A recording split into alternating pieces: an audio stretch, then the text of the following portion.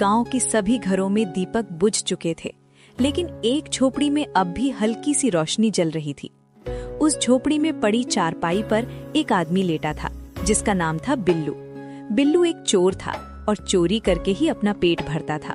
2 दिन हो गए हैं, खाना तक नसीब नहीं हुआ।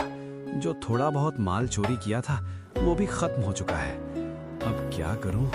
यूं ही हाथ पर हाथ अटकर तो बैठा नहीं रह सकता। क्यों ना यहाँ से दूर किसी दूसरे गांव में जाकर चोरी करूं।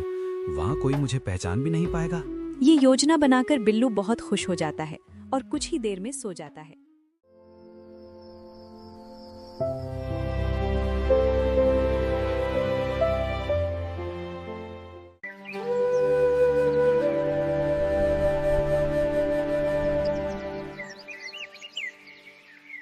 सुबह होते ही बिल्लू उठता है और वो अपनी नई मंजिल की ओर चल पड़ता है।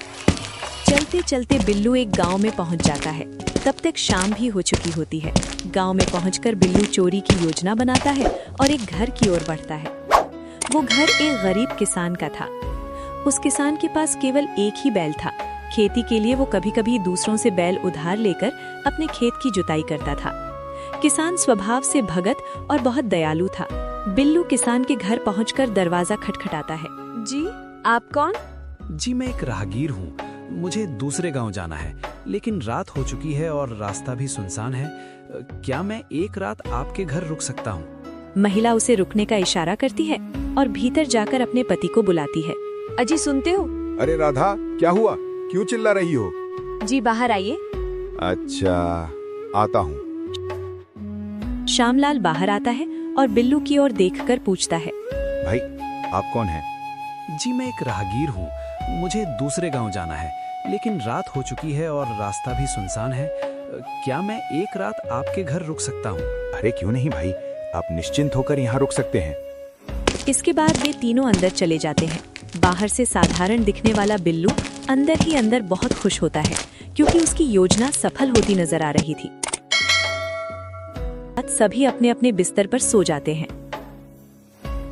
अचानक आधी रात को बिल्लू योजना के तहत चुपचाप उठता है और मौके का फायदा उठाने लगता है। वो दबे पैर किसान के बैल को खोलता है और चुपचाप गांव के दूसरे रास्ते से निकल जाता है। अगली सुबह जब किसान की आंख खुलती है तो वो अपने बैल को देखने बाहर आता है। अरे, मेरा बैल कहाँ गया? हे भगवान, अब मैं कैसे खेती करूंगा? यही तो मेरे जीवन का एकमात्र सहारा था। देखा जी, मैंने कहा था ना, रात में पराये आदमी को घर में मत ठहराया करो। अब भुगतो इसका अंजाम। राधा, गरीब आदमी हूँ, किसी को मना कैसे करता? दयालु बनना ठीक है, लेकिन इतनी भोली समझदारी भी ठीक नहीं। अब खेत कैसे जुतेंगे, पेट कैसे भरेगा? एक ओर किसान और उसकी पत्नी दुख और पछतावे में डूबे थे, तो दूसरी ओर बिल्लू चोरी किए गए बैल को लेकर बाजार पहुंच चुका था। क्यों भाई, बैल बेचना है? हाँ, जल्दी सौदा कर लो। 20 रुपए दूंगा। ठीक है, दे दो। कुछ ही पलों में बिल्लू ने उस किसान के जीवन के सहारे को केवल 20 रुपए में बेच दिया। एक तरफ दयालुता का दर्द था, तो दूसरी तरफ लालच की जीत।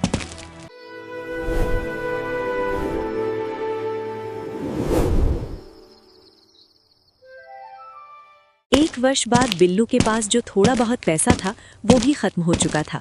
उसने फिर से चोरी करने की ठानी, लेकिन कहीं भी उसे कुछ हाथ नहीं लगा। अब क्या करूं? चोरी भी अब साथ नहीं दे रही। एक ही जगह थी जहां काम बन गया था, वहीं से तो मैं बैल लेकर आया था। वहां के लोग बहुत अच्छे थे। इतना बड़ा नुकसान हुआ, फिर भी उन्होंने कोई पुलिस कंप्लेंट तक नहीं कराई। उधर ही चलता हूँ, शायद दोबारा कुछ मिल जाए। 1 साल हो गया, देखो तो सही अब किस हाल में होगा वो किसान। बैल चले गए होंगे तो जिंदगी भी उजड़ गई होगी उसकी। अरे ये क्या? अब तो आंगन में 2 तगड़े चमकदार बैल। ये तो पहले वाले से भी ज्यादा तगड़े हैं। ये कैसे मुमकिन है?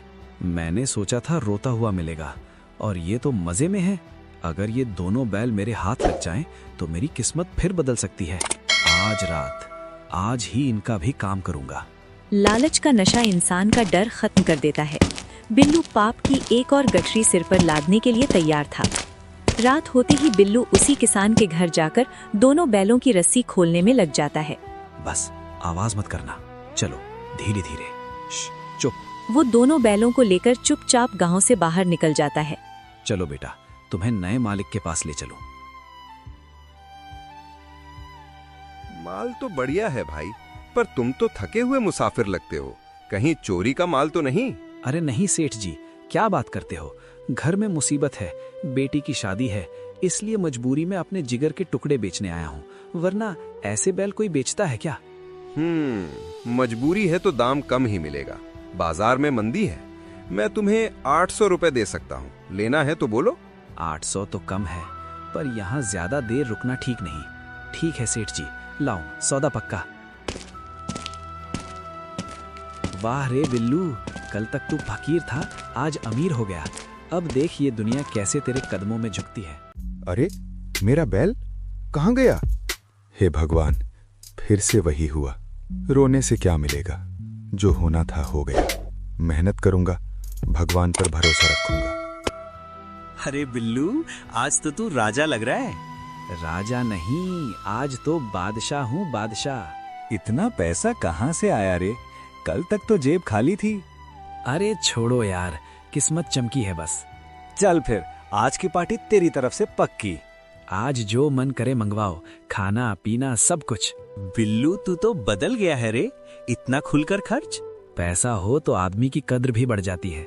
बस ऐसे ही चलता रहा तो हमें भूल मत जाना। अरे नहीं, जब तक पैसा है दोस्ती भी रहेगी।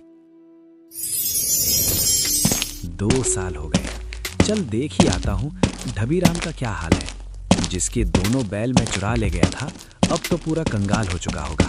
बेचारा गरीब आदमी कहाँ से लाएगा बैल? अब तो मजदूरी करने लग गया होगा, किसी के खेत में दिन भर खटता होगा। चल बिल्लू, आज फिर पुराने किस्से ताजा करते हैं। जब बिल्लू उस व्यक्ति के घर पहुंचा तो वो देखकर हैरान रह गया। उस आदमी का मकान बहुत ही पक्का और सुंदर बना हुआ था। घर के आंगन में 4 मजबूत बैल बंधे हुए थे। घर में एक नौकर भी रखा हुआ था। खेतों में वो समझदारी से काम बांटता था। 2 बैलों से वो खुद हल जोतता था और बाकी 2 बैलों से उसका नौकर खेत जोतता था। अरे बाप रे, ये तो गजब ही हो गया। मैंने इसके 3 बैल चुरा लिए, बेच दिए, और आज मेरा ये हाल है कि पास फूटी कौड़ी भी नहीं बची। पहले गरीब था, अब तो उससे भी ज्यादा घना निर्धन हो गया हूँ। और ये देखो, इसके आंगन में 4 बैल बंधे हुए हैं। बिल्लू का दिल जोर जोर से धड़कने लगा। उसके हाथ पांव फूल गए। उसे अपनी आंखों पर ही भरोसा नहीं हो रहा था। भाई, ऐसा कैसे हो सकता है?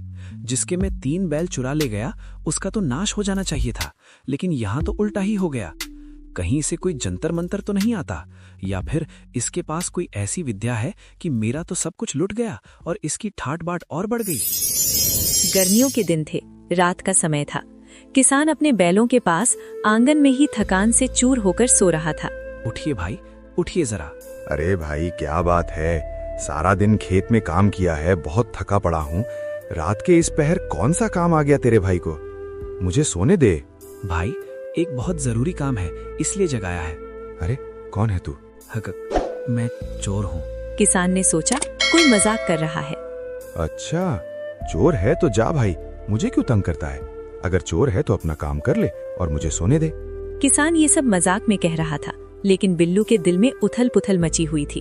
भाई, जिस काम के लिए चोर आता है, वो काम आज मुझसे हो नहीं रहा, इसलिए तुझे जगाया है। मैं सच में चोर हूँ, चोरी करने ही आया था, पर आज हाथ आगे बढ़ ही नहीं रहे। बिल्लू की आवाज में सच्चाई और बेचैनी थी। ये सुनकर किसान सचमुच उठ बैठा। भाई, ये कौन सा किस्सा आ गया रात के इस समय बिना बात के ही? ले, बैठ गया। अब तू बता, क्यों मेरा सर दर्द कर रहा है? क्या कहानी है, साफ साफ बता। अब किसान झुंझला चुका था।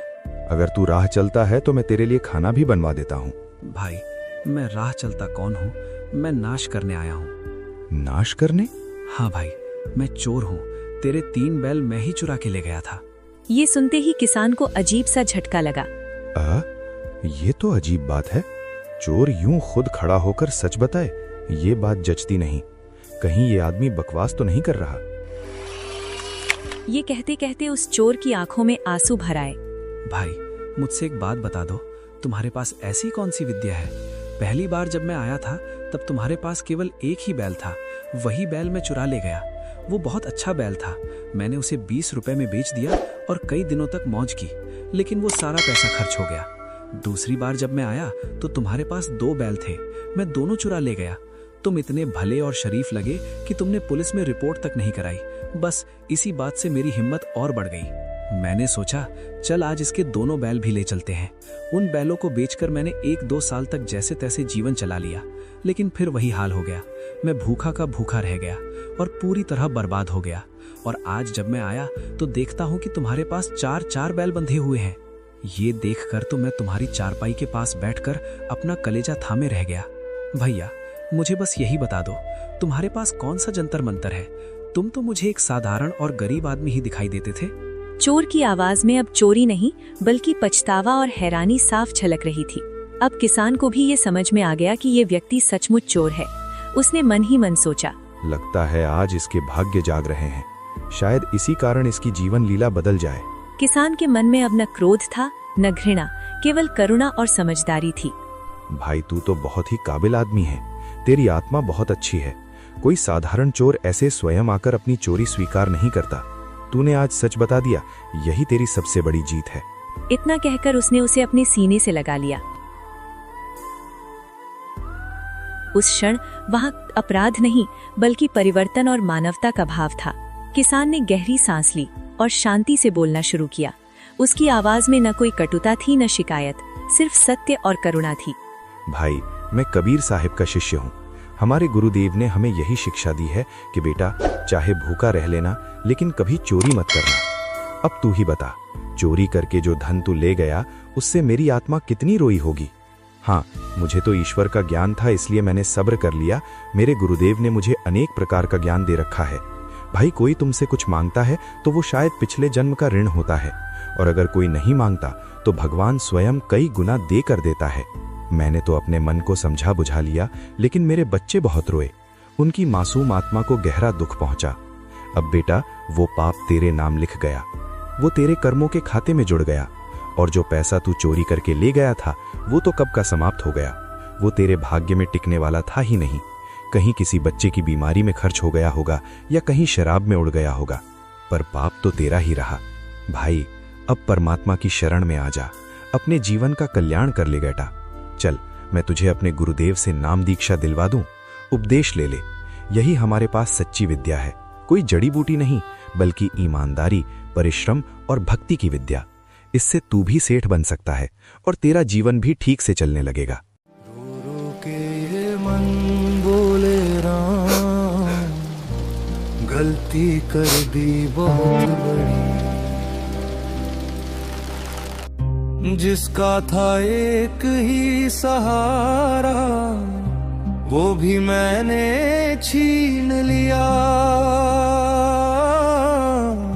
पेट भरा था कुछ ही दिन, आत्मा को भूखा छोड़ दिया। पाप की गठरी सर पे ढोई, चलता रहा मैं अंधा। जिसने कुछ भी मांगा नहीं उसी को मैंने तोड़ा। रो रो के ये मन बोले राम, गलती कर दी बहुत बड़ी।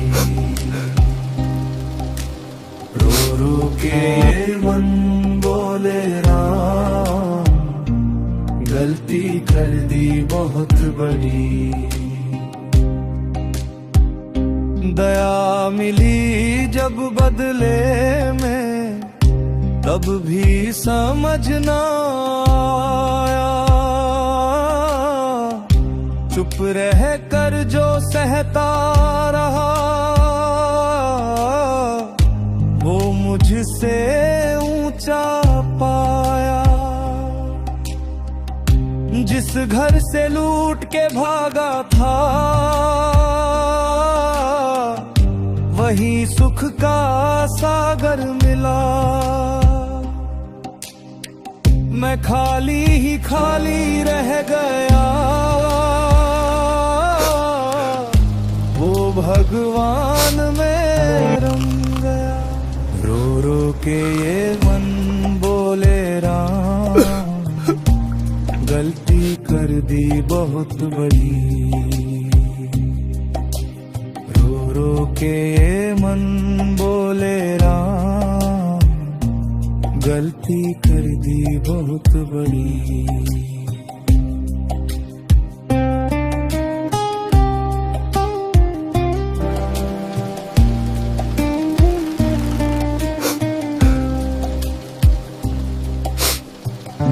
अब ना चाहिए धन दौलत, ना ये झूठा संसार,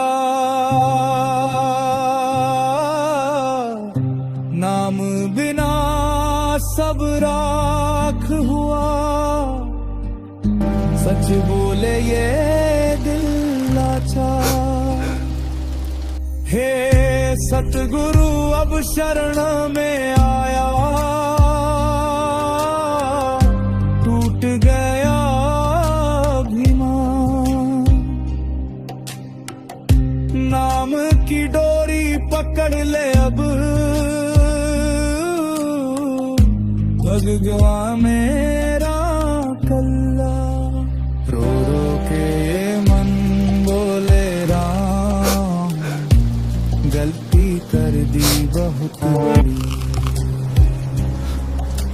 रो रो के ये मन बोले राम, गलती कर दी बहुत बड़ी।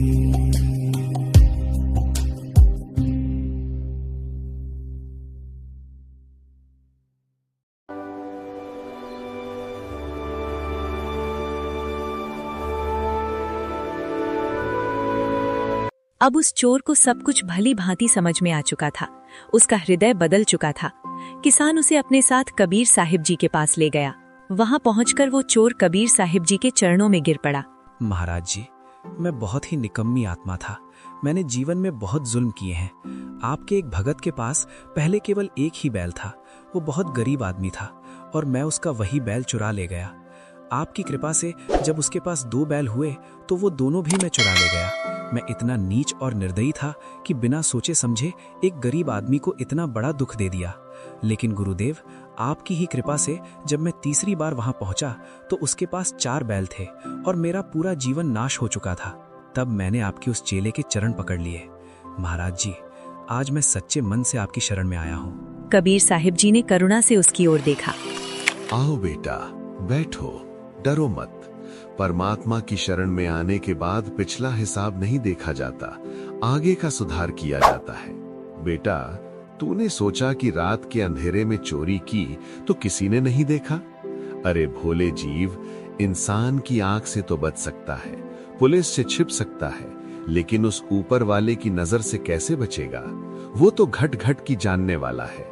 उसकी कचहरी में न कोई गवाह चाहिए न कोई वकील। वहां तो तेरे कर्मों की वीडियो रील अपने आप चलती है। कबीर, पाप का धन पर आए, घटत न लागे वार, जाता मूल भी ले जाए, होवे कुल का छार। इसका अर्थ समझ भाई। हराम का पैसा, चोरी का धन दिखने में तो लक्ष्मी लगता है, लेकिन असल में वो विष है, जहर है। वो जब घर में आता है ना तो अकेला नहीं आता, वो अपने साथ बीमारियां लाता है, क्लेश लाता है और तेरी रही सहे सुख शांति भी ले जाता है। तूने देखा नहीं, तूने 3 बैल चुराए, फिर भी आज तू भिखारी का भिखारी है। और वो भगत जिसका तूने माल चुराया वो आज सेठ बन गया। क्यों? क्योंकि तू उसका पाप अपने सिर पर लाद लाया और अपना पुण्य उसे दे आया। बेटा, ये पेट तो कुत्ते और सुअर भी भर लेते हैं। मनुष्य जन्म इसलिए नहीं मिला कि दूसरों का गला काटकर अपना पेट भरा जाए। जो तेरे भाग्य में, प्रारब्ध में लिखा है वो तुझे मेहनत करने से भी मिलेगा, और जो भाग्य में नहीं है उसे तू चोरी करके लाएगा तो वो टिकेगा नहीं, बल्कि तेरे मूल धन को भी साथ ले जाएगा। याद रख, किसी की आत्मा को दुखाकर, किसी की हाय लेकर कोई आज तक सुखी नहीं हुआ। रावण ने सीता को चुराया, सोने की लंका राख हो गई। कौरवों ने पांडवों का हक मारा, पूरा वंश खत्म हो गया। चोरी चाहे सुई की हो या सोने की, पाप का दाग आत्मा पर लग ही जाता है। अभी भी समय है बेटा, जब जागो तभी सवेरा। इस चोरी के धंधे को छोड़ दे, ये नरक का द्वार है। मेहनत की रूखी सूखी रोटी में जो स्वाद और नींद है वो चोरी के हलवे में नहीं है। नाम दीक्षा ले, परमात्मा पर विश्वास रख। वो चींटी को भी कण देता है और हाथी को भी मर देता है, तो क्या वो तुझे भूखा मारेगा? जा बेटा, आज से तेरा पिछला हिसाब माफ। अब नेक कमाई करना, धर्म के रास्ते पर चलना। मेरा आशीर्वाद तेरे साथ है। उस दिन के बाद उस चोर ने नाम दीक्षा ले ली। नाम दीक्षा के बाद वो भगत उसे अपने घर ले आया। चल भाई घर चल, पहले खाना खा ले, फिर नहा धो ले, और हाँ, एक बैल भी ले जा। तू भी किसान ही था, पर उस समय गलत राह पर चला गया था। ये सुनकर वो व्यक्ति घबरा गया। नहीं भाई, अब मैं कुछ भी गलत नहीं लूंगा। मैं ऐसे ही काम करके खाऊंगा। वो बार बार मना करता रहा, लेकिन भगत का हृदय करुणा से भरा हुआ था। नहीं, इसे मना मत कर। ये चोरी नहीं है, ये प्रेम और सहायता है। अंततः भगत ने उसे एक बैल दे ही दिया। बिल्लू की आंखों में कृतज्ञता के आंसू थे। मन में एक दृढ़ निश्चय लेकर वहां से विदा ली। आज तक मैंने सिर्फ दूसरों का हक मारा है, लेकिन आज इस भगत ने मुझे अपना हक दे दिया। अब ये जीवन गुरुदेव के चरणों में और ईमानदारी की कमाई में ही बीतेगा। अरे देखो भाई, कल का चोर आज किसान बनने चला है। जिसके हाथ सिर्फ ताले तोड़ने के लिए चलते थे, वो अब हल चलाएगा। अरे छोड़ो, 2 दिन का जोश है। ये मेहनत वहनत इसके बस की बात नहीं। अभी देखना, 2 दिन में ये बैल बेचकर फिर जुआ खेलेगा। लोगों के ताने तीखे बाण की तरह बिल्लू के कानों में चुभ रहे थे। उसका पुराना गुस्सा जागने ही वाला था कि उसे अपने गुरुदेव और उस दयालु किसान का चेहरा याद आ गया। नहीं बिल्लू, जवाब जुबान से नहीं, काम से देना है। गुरुदेव कहते हैं, निंदा उसी की होती है जिसका कोई वजूद होता है। तू बस सुमिरन कर और अपना काम कर। क्या बिल्लू भाई, क्या हालत बना रखी है। दिन भर मिट्टी में सिर खपाते हो और खाने को ये सूखी रोटी। चल मेरे साथ, आज रात सेठ की तिजोरी उड़ानी है। एक ही रात में साल भर का राशन आ जाएगा। भूख और गरीबी सामने खड़ी थी। एक पल के लिए बिल्लू का मन डगमगाया, लेकिन फिर उसे नाम दीक्षा के नियम याद आए। नहीं भाई, वो हराम की कमाई थी जिसने मुझे कंगाल बना दिया। ये सूखी रोटी है, पर इसमें चैन की नींद है। मेरे गुरुदेव ने कहा है, हक का हलाल की मजदूरी चाहे रूखी सूखी खाए। मुझे अब पाप का 1 पैसा भी नहीं चाहिए।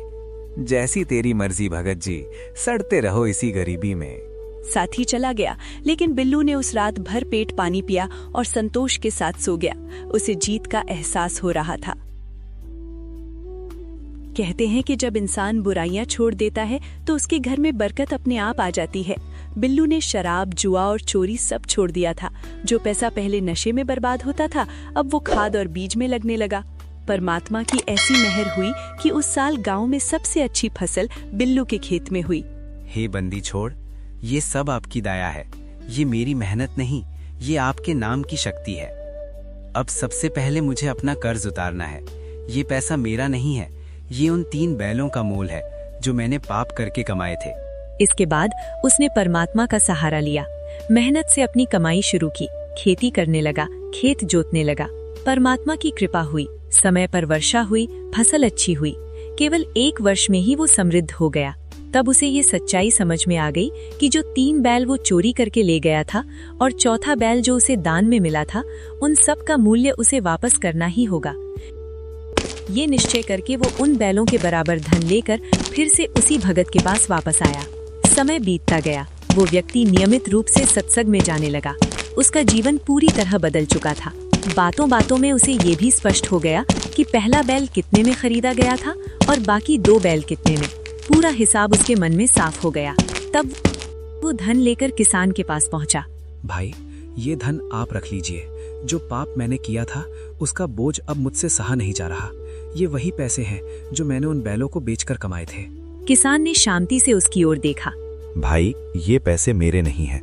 जो कुछ मुझे मिला वो सब गुरुदेव की कृपा से मिला है। अब मेरे लिए तो भगवान पहले ही बहुत कुछ दे चुके हैं। अब तू ये धन ले और जाकर परमात्मा के चरणों में अर्पित कर दे। इससे तेरा भी कल्याण होगा और मेरा भी। किसान के शब्दों में न लोभ था न मोह, केवल त्याग, भक्ति और सच्चा ज्ञान था। उस क्षण वो व्यक्ति पूरी तरह समझ गया कि सच्ची संपत्ति धन में नहीं, बल्कि ईमानदारी, पश्चाताप और परमात्मा की शरण में है। किसान किस महान संत का शिष्य था जिनकी शिक्षा ने उसके जीवन को दिशा दी? ए. तुलसीदास, बी. गुरु नानक, सी. कबीर साहिब, डी. रविदास। जल्दी से अपना सही जवाब कमेंट में बताएं।